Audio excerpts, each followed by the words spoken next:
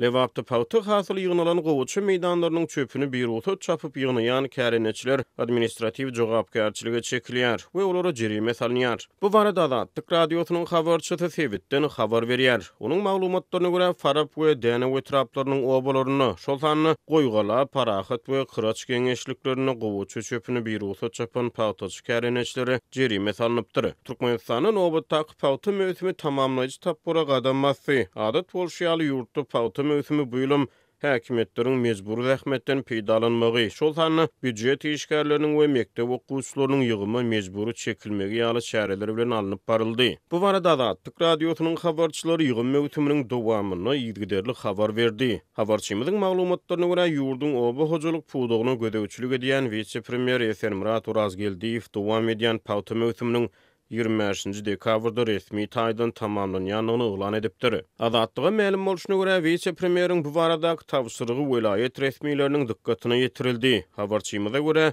ýakyn günlerde oba hojalyk boýunça vice-premieriň Lewap welaýatynyň gowuçy meýdanlaryna sapar etmegine garaşlýar. Garaşlýan saparyň öňü ýüreşine habarçymyz büdjet işgärleriniň ýygym üçin öz orunlaryna adam uğratmagyň talap edilýändigini habar berýär. Talaba laýyklykda jemaat hojalygynyň işçileri pawty ýygymyna özleri gatnaşmaly bolýar. Muňa garamazdan Azatlygyň habarçysy yerli ýaşaýjylara salgylanyp gowuçy meýdanlaryna ýygmak üçin pawty hasylynyň ýokdugyny habar berýär. Pawty ýok, büdjet işgärleriniň işini togtadyp olara uly magistralyň uğruny pawty daşıyan tehnikalardan gaçan pawtany ýygnaýarlar. Olary ýol uğradýarlar diýip bir yerli ýaşaýjy Azatlyk radiosynyň habarçysyna maglumat berdi. Bu aralykda Azatlyga ma'lum bolan maglumatlary görä pawty hasyly ýygnalan gowuçy meýdanlaryna gowuçy çöpüni bir utat ordurýan kärenetçilere temi vermek işler administrativ jogapkärçilik bilen çäklenmeýär. Olar gowuçydan boşan yerlerini öz hasabyna buğday ekmäge mejbur edilýärler. Bu barada Azatlyk radiosynyň habarçysy habar berdi.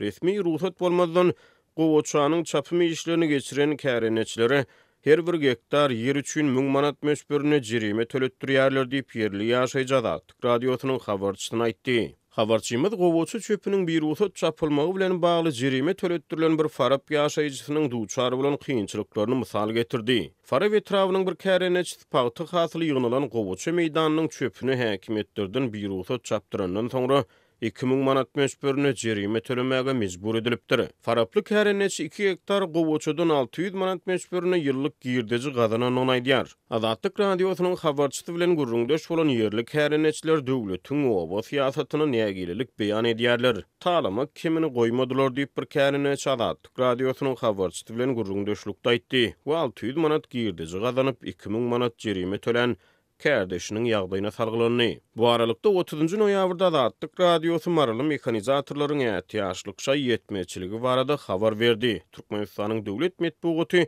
ýurdun oba hojalyk puwdugynaky kemçilikler barada gal bersede kärenetçi daýhanlaryň ýüzbeýiz bolýan kynçylyklary barada habar bermeýär.